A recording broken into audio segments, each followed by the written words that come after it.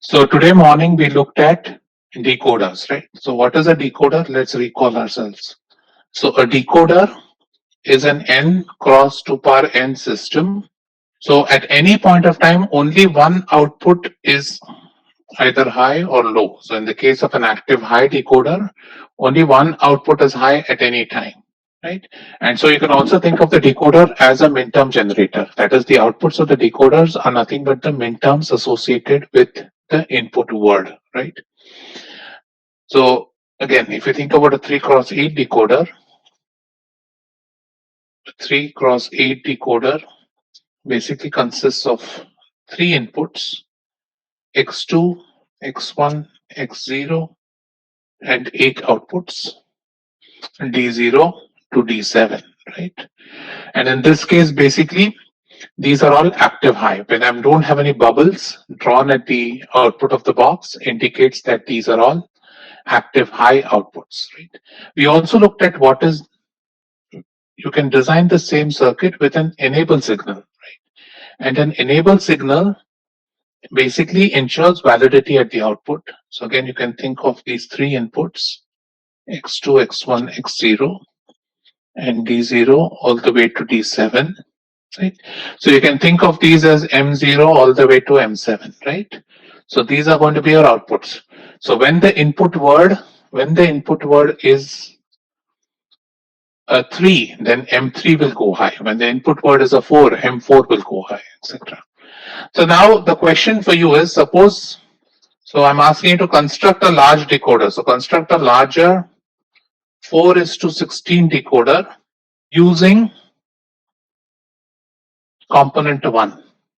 So using component 1 and any number of gates again, try and construct a larger decoder. So I want you to construct a 4:16 decoder using a 3:8 decoder with an enable.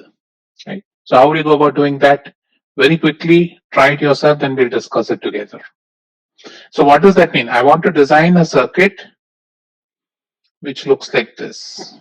So it takes in 4 inputs, x3, x2, x1, x0, and it gives out outputs D0 to D15. Right, so this is what I want you to design using components 1. So using any number of components with a 3:8 decoder with an enable and any number of gates that you want, go ahead and design a 4:16 decoder. So think about it and tell me how many components do you need and what other extra gates would you need. Everybody following the question? All right, go ahead. Somebody already has an answer. No. You don't need to use any expansion rule. Just go ahead. You don't need it. Just use logic. No expansion rule. Nothing else is needed. All I'm saying is design a larger decoder using a smaller decoder with enable. Nishant, think about it again. So tell me how many components. Yeah, I mean, Rahul, that's correct, but I've not given you 1:2 decoder. All I've given you is a 3:8 decoder with an enable and any other gate you want. Okay, I'll make it simple. I've given you inverters and 3:8 decoders. Correct. Sarthak, you're right. And so Sarthak, you should do that with an inverter. Yeah, correct. Let me give you 1 more minute and then we'll discuss. So the answer would be 2 3:8 decoders with enable and a NOT gate. Correct, Harsh. So this is your answer. Okay. So let's think about what do the 4 minter. So when you think D0 to D15, right? D0 to D15 are all your minterms, right? And what if you want to write the minterm expressions, they go as x3 prime, x2 prime, x1 prime, x0 prime, right? So you have 7 terms which have x3 prime, right? So this is minterm 0 to 7, which has all x3 prime in it. And then you have 8 to 15, which all have x3, right? So if I think about the minterms and arrange them in this order, then the first 8 minterms have x3 prime, right? And the next 7 minterms have x3. So what you see is that I can think of this entire decode sequence as using 2 decoders, each with x2, x1, x0 as an input, right? And then I will select decoder 1 if x3 is 0, and I will select decoder 2 if x3 is 1, right? So I'm breaking the 16 outputs into two groups of 8 outputs each, and each 8 outputs can come out from a single decoder, right? So how would I design the circuit? I will think about two 3:8 decoders. So remember, you have an enable. So let's just make all our block diagrams first. We have two enables. We have inputs. So it's a 3:8, right? So x2, x1, x0 say. And I have D0 all the way to D7 here. And again D0 all the way to D7 here, right? So there are 8 outputs coming out of this top chip and 8 outputs coming out of this bottom chip. And again 3 inputs here, right? So again, what do I want to do it? What I want to do is, suppose I call this component 1 and this component 2. I want to select 1 when x3 is 0 and select component 2 when x3 is 1, right? That way, the combination of all this is going to give me the 16 outputs that I want, right? So what we have to do is give x2, x1, x0 as the inputs to both the decoders. Now x3, I have x3. I will send the inverted input into the first. So when x3 is 0, and then for the second decoder, I will do this, right? So what do you see? You see that when x3 is 0, right, this decoder is enabled, right? So when x3 is 0, depending on what x2, x1, x0 are, one of these lines in this part is going to go high, right? Because I have enabled, when x3 is 0, I've enabled the top decoder. And when x3 is equal to 1, right, I've enabled the bottom decoder, I've disabled the top decoder. And so in that case, I will look out for signals coming out of the bottom decoder. And that decoder is going to give you the higher order minterms, which is from minterm 8 to 15. Okay. So again, what you see here is hierarchy. So using smaller decoders, you can start building larger decoders. Just like how we did in adders, just like how we did in comparators, you can now see that you can build larger systems using these building blocks. So now you can think of how to build a 5:32 decoder or 6 to whatever, 2 power 6, right, which is 64 decoder, right? E is not the MSB, E is enable, right? E is the enable signal. So in this case, I'm sending the MSB as the enable signal. That way I can break it into groups of 8 and 8. Any questions here?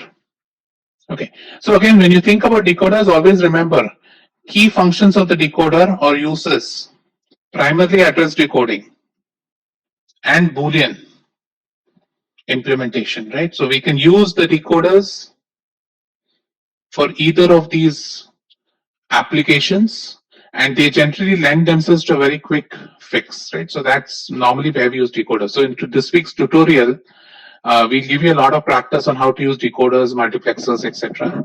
So this should give you a practice. I've also included some questions from last year's midsem.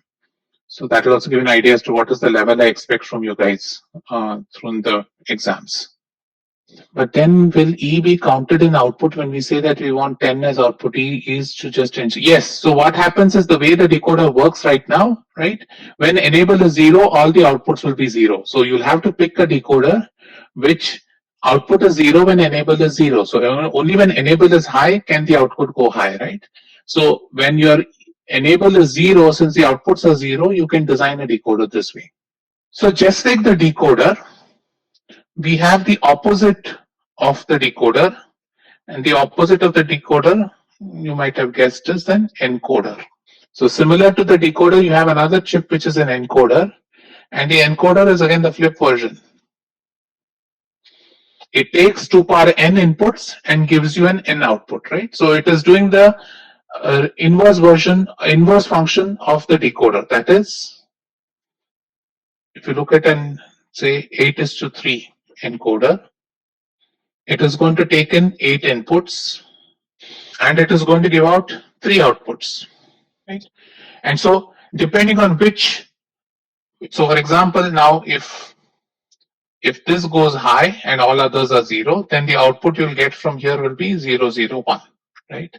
So if you think about the truth table of this circuit, again, it's just a flip version of this, right? So if you have 0, 0, 0, 0, 0, 0, 0, 1, then the output is a 0. When the 1 is here, the output goes to 1, and so on and so forth, right? So as this 1 moves towards D7, your output goes from 1 all the way to 7, from 0 to 7. Okay. So it is the, as I said, the flip version of the decoder. And how would you implement this decoder using gates? What would be the expression for x0? When will x0 be high? No, not XOR. Half. Odd number, right? Sanya got it right. It's an odd number. So it's basically D1 plus D3 plus D5 plus D7, right? So in the encoder, you're implicitly assuming that at any point of time, only one of the D is high, right? So that is an implicit assumption you're making when you're designing this circuit, that you're saying that the input sequence will always be a bunch of zeros and 1, 1, right? So if I want to find the Boolean expression of x0, x0 is the LSB of the output. So the LSB is going to be high only when I have an odd number at the input, right? Only when the odd minterm goes high. And so basically, if I want to implement x0, all I have to do is take a 4-input OR gate. A 4-input OR gate will implement the x0. How about x1? What is the implementation for x1? When will 1 be high? Correct, exactly, right? So let's think about this as your minterm, right?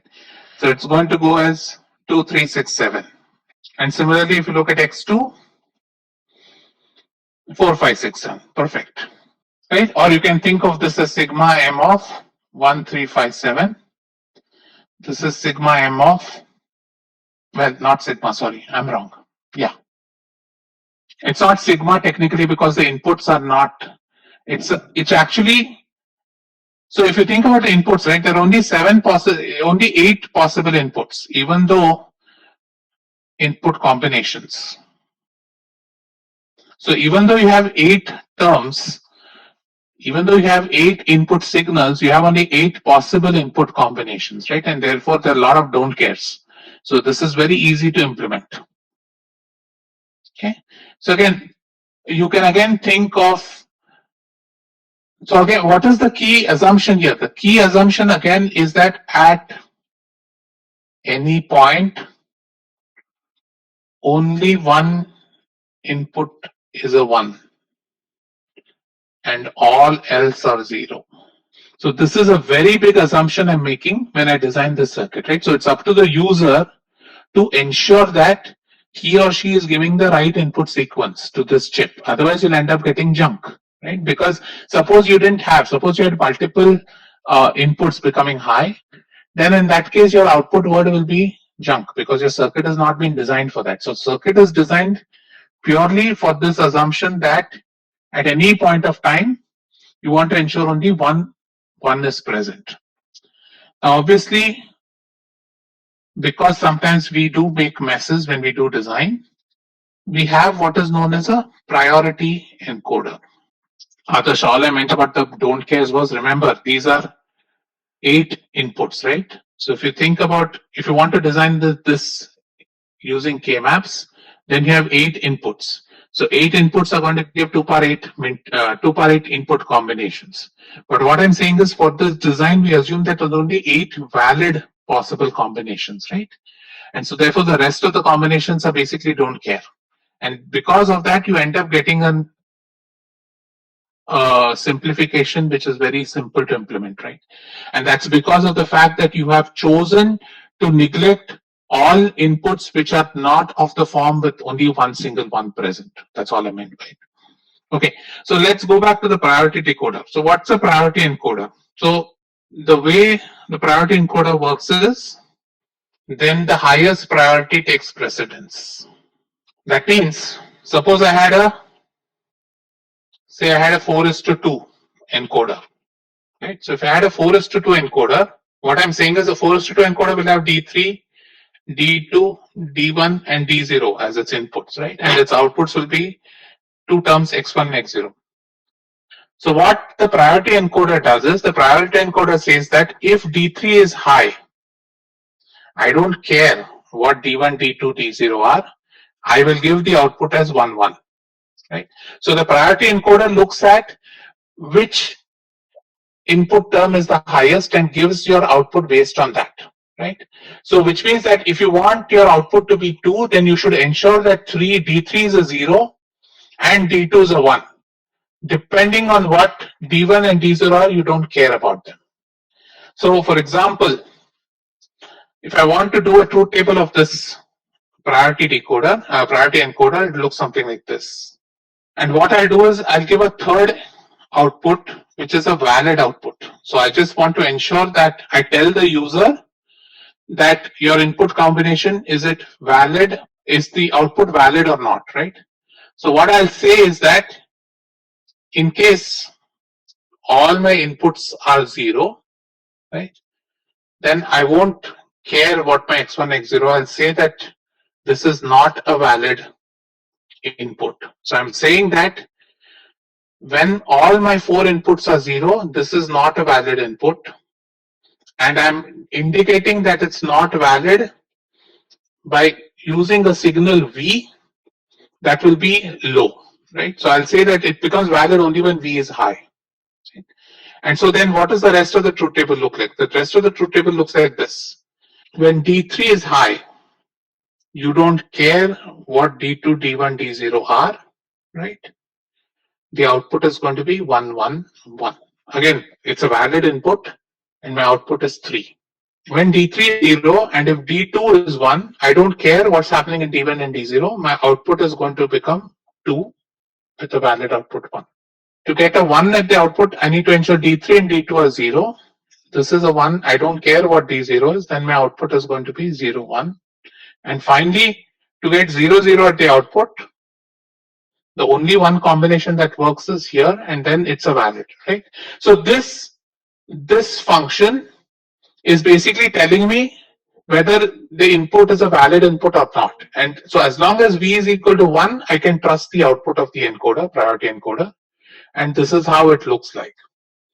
So, so given this truth table, can you tell me, do a quick K-map and tell me what is the function for x0 and x1? Just revisit your K-maps and tell me what should the K-map function be for x0 and x1, minimized SOP form. Real, I don't like to say that, but if you want to understand it that way, you can think about it. This is more like saying the validity of the output. So it's not an enable function. It's more like saying that is it a valid function or not. Correct. Is x0 is d3 plus d2 bar d1. Very good. How about x1? So I'm hoping K-maps is something you guys are now comfortable with. So looking at a truth table like this, you should be able to write down the K-map. So everybody comfortable? These are all K-maps, right? So you guys should be pretty comfortable doing K-maps for this. You've had enough practice over the last few weeks. So with this, so we've done so far comparators, encoders, and decoders. So decoders, as I told you, decoders are a very important piece of circuitry which you will use quite a bit in your design, especially when you do your design assignment. I'm sure a lot of you use a lot of decoders, right? And decoder, it's also very, it's a representative circuit normally used when you want to look for speed, etc. We normally just try to design decoders, and then measuring decoder speed gives us an idea as to how fast a given circuit is. So the last MSI component that I want to talk to you about is known as a multiplexer, right? So what is a multiplexer? Right? So a multiplexer basically helps you design. It's used for control of information flow. So generally, if you think about a mux, so it's sometimes known as mux. So mux generally tends to have many inputs and a single output, right? And so you can give certain inputs to choose how inputs flow from a given to the output. For example, the simplest mux we have is what is known as a 2:1 mux. So muxes are sometimes drawn this way. If you look at architecture books, this is a 2:1 mux. And a mux has one input y. It has two inputs I0 and I1. And it has what is known as a select input S. So the way the mux works is when S is equal to 0, y is equal to I0. That is, when S is equal to 0, I'm selecting the 0th input and sending it through the output. And when S is equal to 1, my y is equal to I1. Okay? So mux is a way by which you can use one output line and you can guide inputs to that output, right? So you can see this will be used a lot when you're sharing one bus, for example, to send some information. You can use the same bus for different pieces of the circuit. Right? So if I give you this, can you tell me what the Boolean expression for y is? So this is given to you. Design a block which has these inputs. So without doing K-map, can you write the expression for y? Correct, right? So y is going to be, when S is 0, it should be I0. And when S is 1, it should be I1, right? So the Boolean expression for the mux is essentially S prime I0 plus S I1. And how would you implement this? You would implement this as two AND gates, one OR gate, and one inverter. How do you implement it? Let's do a quick implementation. I0, there's I1 for you, and there is S, right? And there is the S bar invert, right?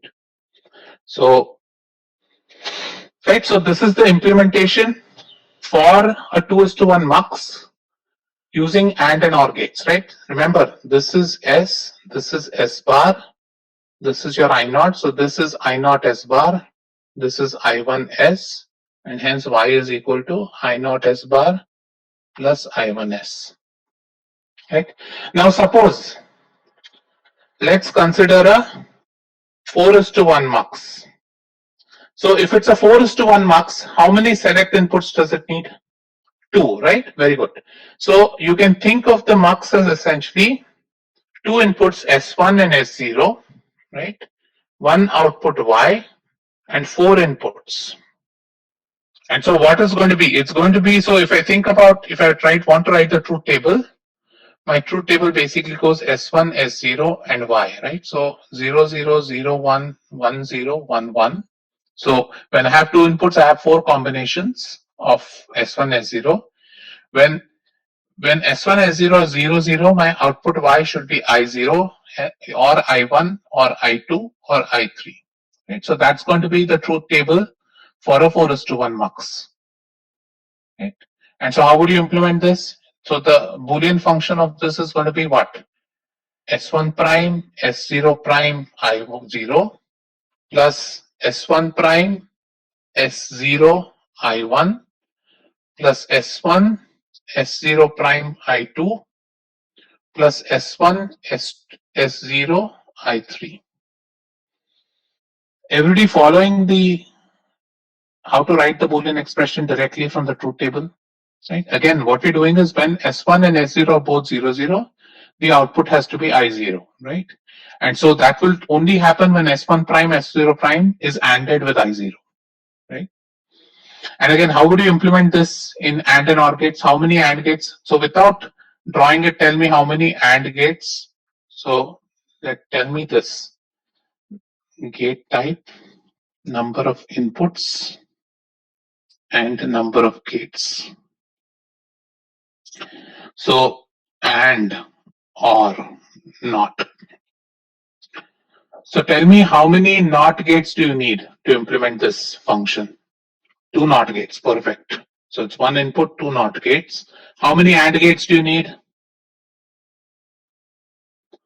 4 3 input NAND gates, very good. So 3 input, 4 gates. And how many OR gates do you need? 1 OR gate, which is a 3 input or 4 input. So looking at this kind of expression, you should be able to quickly think about an AND OR implementation. Now obviously NAND and NOR will require some more thinking. But if you want to do a simple AND OR implementation, it should be pretty apparent by looking at the expression, right? How you'd implement this. So you can draw the circuit diagram if you want. So sometimes you'll see another word used for mux. It's sometimes called as a data selector. Again, same logic, right? It's normally used for guiding data, right?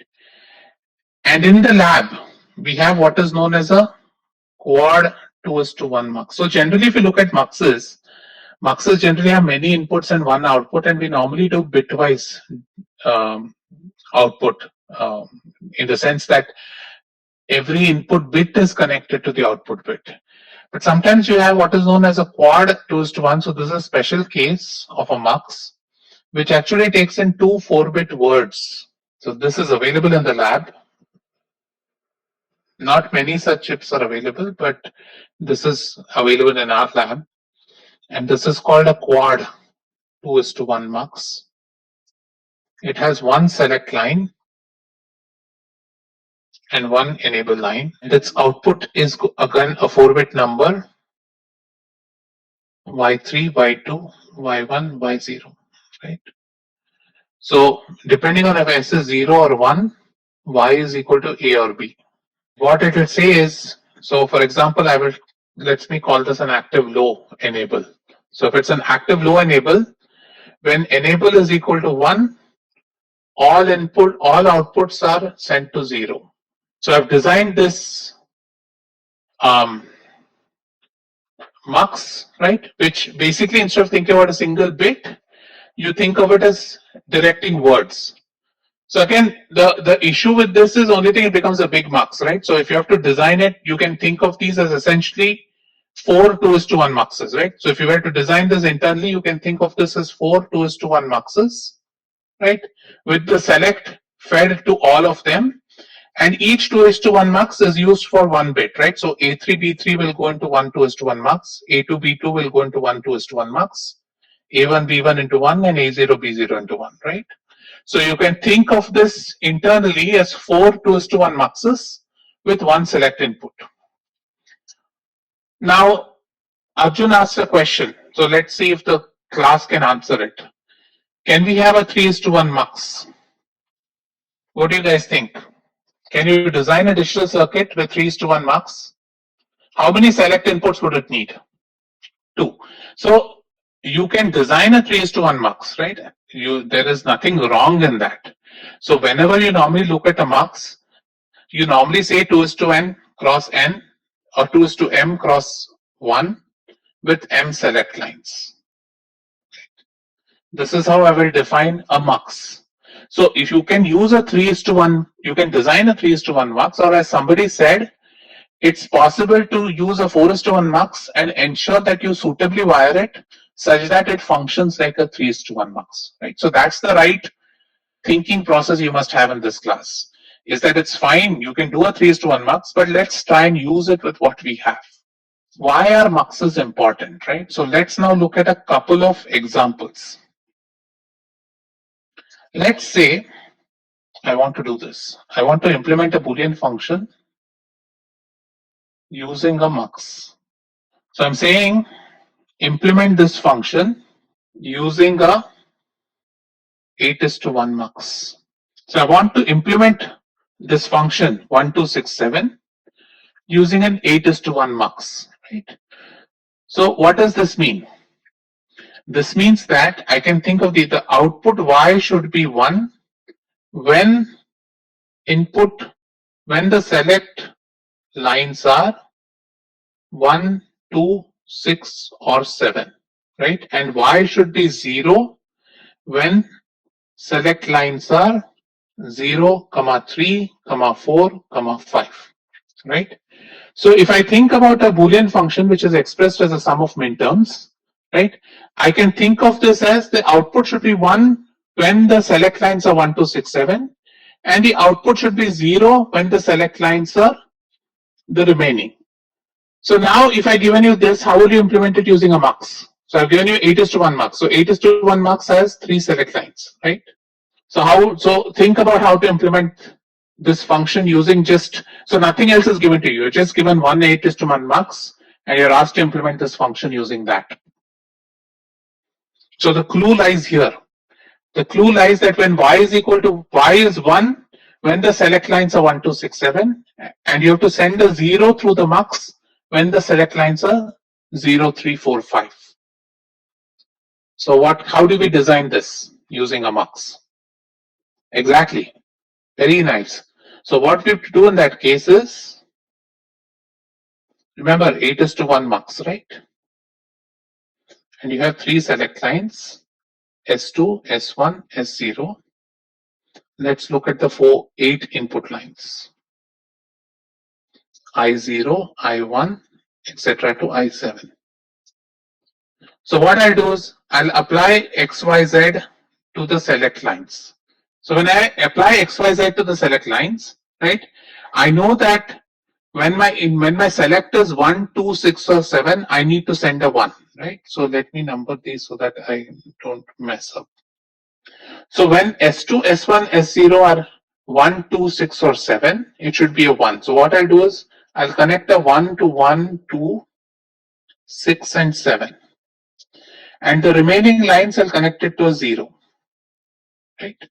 So if I implement a mux this way, where I've connected 1, 2, if I've connected 1, 2, 6, 7 to 1 and the remaining turns to 0, then depending on what my input combination is, either a 0 or 1 will be sent to Y, right? So I can think of implementing a Boolean function this way. Now let's see if we can do better. So I'll say now don't use a 8:1 mux, use a 4:1 mux and gates. So I'm saying instead of using an 8:1 mux, use a 4:1 mux. So then how do we do this? So we can take out x variable and we can say x when x is equal to 0 and when x is equal to 1. Correct. So what we do is we'll do something like this. So same logic, I'll just flip the variables, right? So let me look at the truth table. So again, guys, remember here we're looking at different ways of looking at the truth table. There's nothing new I'm doing. I'm not teaching you any new concept here. I'm just giving you different ways of implementing the same thing that you've done all along. Said that 1, 2, 6, 7, right? So 1, 2, and 6 and 7. So this is my function. So what we'll do now is let's break this into smaller truth tables. So now I see that I can break this truth table into 4 smaller truth tables, each corresponding to a particular combination of x and y. Now remember, 4:1 mux has 2 select inputs. So what I can say is when x is equal to 0 and y is equal to 0, right, my f is equal to z. Right? So when x and y are both 0, 0, my f is just, I'm just sending z across from to f, right? When x is equal to 0 and y is equal to 1, my f is given by z prime. That is in the instance when x is 0 and y is 1 in this table, my f is given by the complement of z. Okay. Similarly, when I do the other one, x is equal to 1 and y is equal to 0, my f is independent of z. So my f is equal to 0. And similarly, when my x is equal to 1 and my y is equal to 1, my f is independent of z and it's given by 1. Okay. So again, what I've done is I've taken the truth table and I've broken it down into groups of x and y because I know that a 4:1 mux gives me 2 select inputs, right? And so now if I want to implement this, how would I implement this? I would take a 4:1 mux. So also you can draw it using the trapezoid, by the way, okay? I'm just using the block, but you can also draw it this way. So my 2 select inputs are S1 and S0, to which I'll give X and Y. My output is here, and my input terms are just the. So what I do when X and Y are both 0, I0 will be sent to Y. So here I'll give a Z signal. Here I'll give the Z prime signal. At I2 I'll give the 0 signal, and at I3 I'll give the 1 signal. So when I can use, so the same function can now be used in a smaller, using a smaller mux. So a smaller mux means smaller area, less power, right?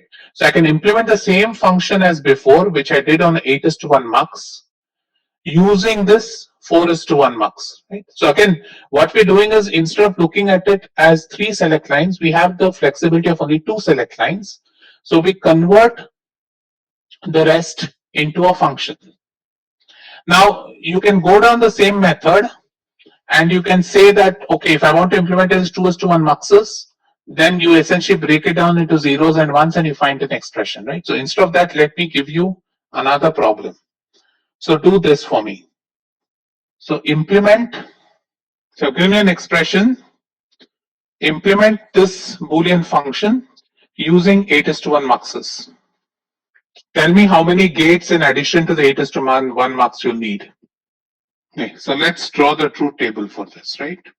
So you have A, B, C, D, and F, right?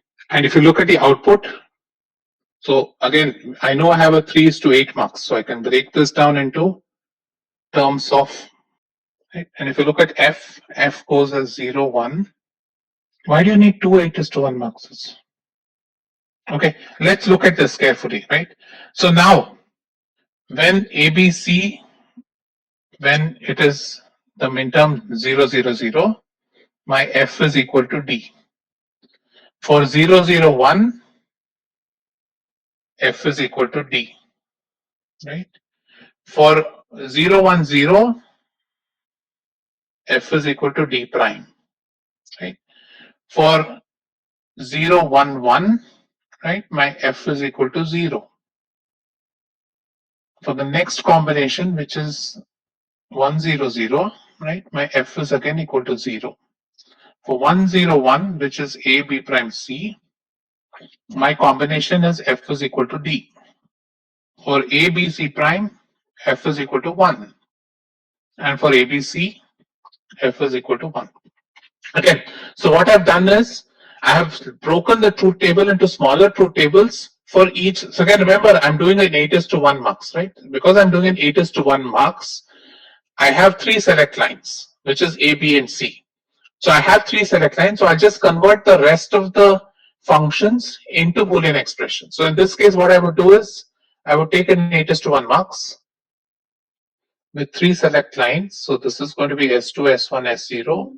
I'll give an ABC here.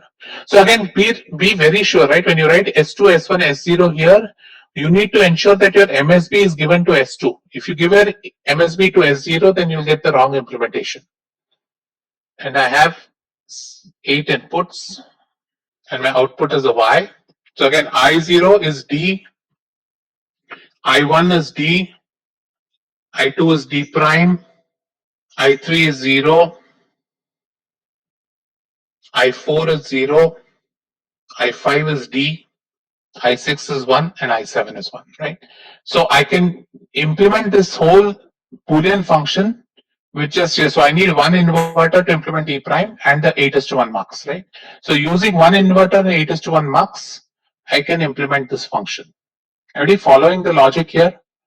So what I want to do when you go home today is implement using a 4:1 mux and gates. So repeat the same exercise with one lower grade of mux, okay, and try and see if you can get the answer. Okay, and so more such questions we'll do in the tutorial this week. So with this, I think we have done most of the MSI components. We'll start with transistor level design in the next class. We'll look at a few other special gates. And then hopefully by the end of the week, we will be done with combinatorial design. And next week, we'll start with the fun part of the course, which is sequential design. Okay. Yes, Nishant, that is my request. Do it using 4:1 and see if you can get down the logic. Okay. So the other thing is this week, most of your lab is going to be working on this. So as I told you, right, it's a very important skill to have, how to design systems using decoders, muxes, encoders, comparators, adders, etc. Right. So when you go to the labs this week, please brush up on all these concepts when you go, because this will help you in the labs. The other thing which I wanted to talk, by the way, those of you who want to leave can leave. I'm done with the lecture. One other thing I wanted to highlight with all of you guys is that please don't, so this class especially, lab and theory are very intertwined, right? So what you learn in the lab is very applicable to your theory and vice versa, right?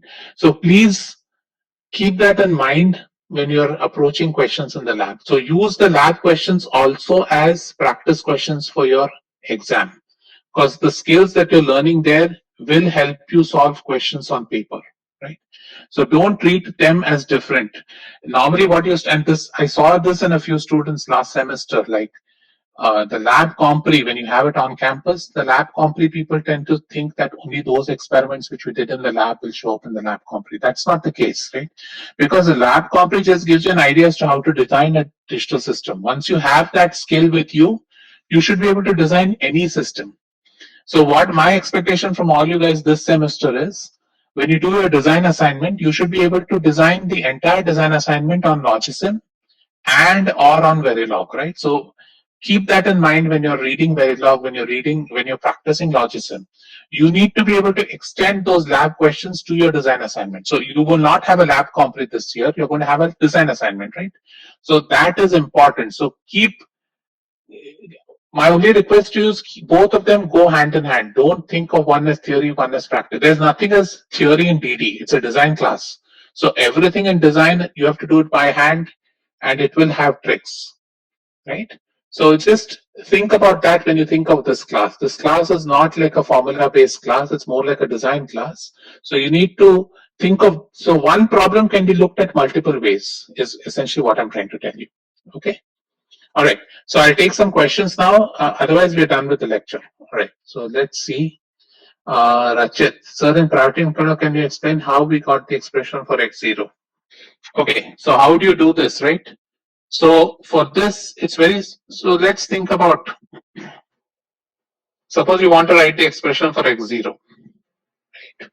So x0 is 1 when the input term is d3 dash dash dash, right? So d3 dash dash dash is what? Basically 8, 9, 10, all the way to 15, right? So minterms 8, 9, all the way to 15 will be included in x0, right? What is the other term in x0? The other term in x0 is this term, which is 001 dash. So 001 dash is 3 or 2, right? So if you think of x0, x0 can be written as sigma m of 2, 3, 8, all the way to 15. So once you know that, put it in the K-map and you'll get the expression. Rachit, am I clear? Yes, sir. Yes, sir. Okay, good. Saksham, sir, in priority, why are we taking D3 equal to 0 and D2 equal to 1? Okay, so Saksham, can you tell me what am I taking wrong here? So the third row. So the way the priority encoder works, right, is that if more than one is present, then we'll give priority to the highest term that is present, right? So for example, if D3 was 1, the priority encoder won't care what is happening on D2 or D1 or anything. As soon as it sees D3 1, it's going to give the output as 3. So if you want the output to be 2, you need to ensure that D3 is 0 and then give D2 as 1. Right? So that's the definition of the priority encoder. Am I clear? So if we treat it as don't care, then will the output be the same? No, if you treat this as don't care, then it doesn't make sense, right? Because then what, so if this is 1100, if you give this as 1100, it's already here. So that's a bad design, right? If you make this as and don't care, means that this can also be a 1. But if this is a 1100 or a 1111, it will be encoded as 3 and not as anything else. Because the minute D3 goes high, right, 3 will come out of the encoder. So if you want 2 to come out of the encoder, you have to ensure that D3 is not high. That's the definition of the priority. That's where the priority is coming in. Am I clear? So the terms after the first one will be treated as don't care. Exactly, right? So if you think about this, it means that D3 is 1. After that, if D3 is 1, I don't care what's happening in the other lines. I'm going to encode it as 3. To encode it as 2, I need to ensure D3 is 0. And as long as D2 is high, I don't care what's happening afterwards. It becomes a 2. Is that clear? Yes, sir. Thank you. Okay. Hariharan, minterms for encoders. Which minterms were here? So can you just explain that how do you got x1, x0, x1, x2 part again? Like Can you explain that again? So like Okay. when So let's draw the truth table of this again. So if you look at the truth table again, right? And if you look at the output terms, it's 0, 0, 0, 0, 1, 0, 1, 0, 0, 1, 1, 1, 0, 0, 1, 0, 1, 1, 1, 0, 1, 1, 1. Right? So this is the truth table of the encoder, right? And what it means is that even though there are 8 input variables, right? The only input combinations allowed are these 8 input combinations, right? So no other input combinations are allowed. Okay. So if no other input combinations are allowed, if I want to find x0, all I have to do is add or rather or d1, d3, d5 and d7, right?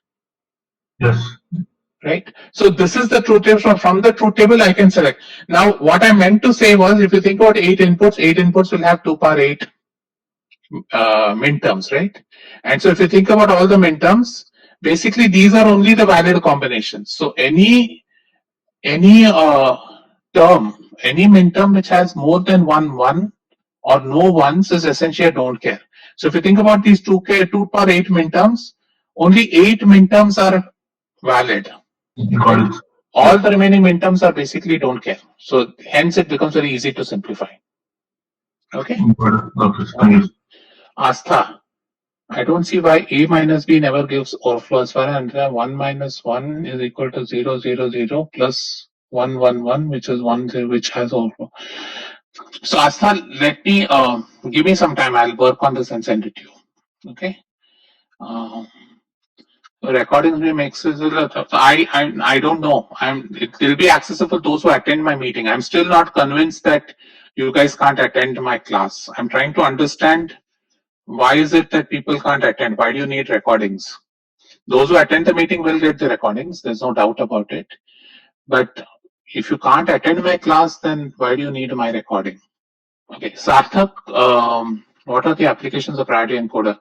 Actually, priority encoder doesn't have a lot of applications. The decoder has more applications, but the encoder is generally used in very minimal cases. I think it's normally used when you're in communication systems. A bit it's used, but off the top of my head, I can't recall. I'll have to think through and give you like a clear application as to where an encoder would be used. Sir, so can I just go back to the priority encoders again? Sir, in that yeah. So in that x1 is equal to d3 plus d2. Can you just explain how you got that? Like Okay. Again, let's look at the minterms, right? If you think about x1, right? x1 is high when it is 1xxxx, right? So that's going to be 8 to 15, yes. right? And x1 is going to be, and x1 is also going to be high when it is 1 dash dash dash. So 0 1 dash dash, right? So the 0 1 dash dash is basically 5 to 8.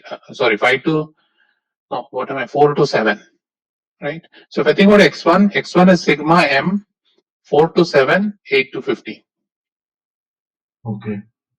Right? And you simplify that, you'll get d3 plus d2. Okay. Thank you. Sarthak, the morning lecture was a live meeting. Neil, as long as you've attended the meeting, you'll get the lecture. Don't worry about it. If you're sitting in this class, you'll get the lecture. I'm not going to restrict it from people who attended the lecture. I just don't understand why people can't attend the lecture if they have nothing to do.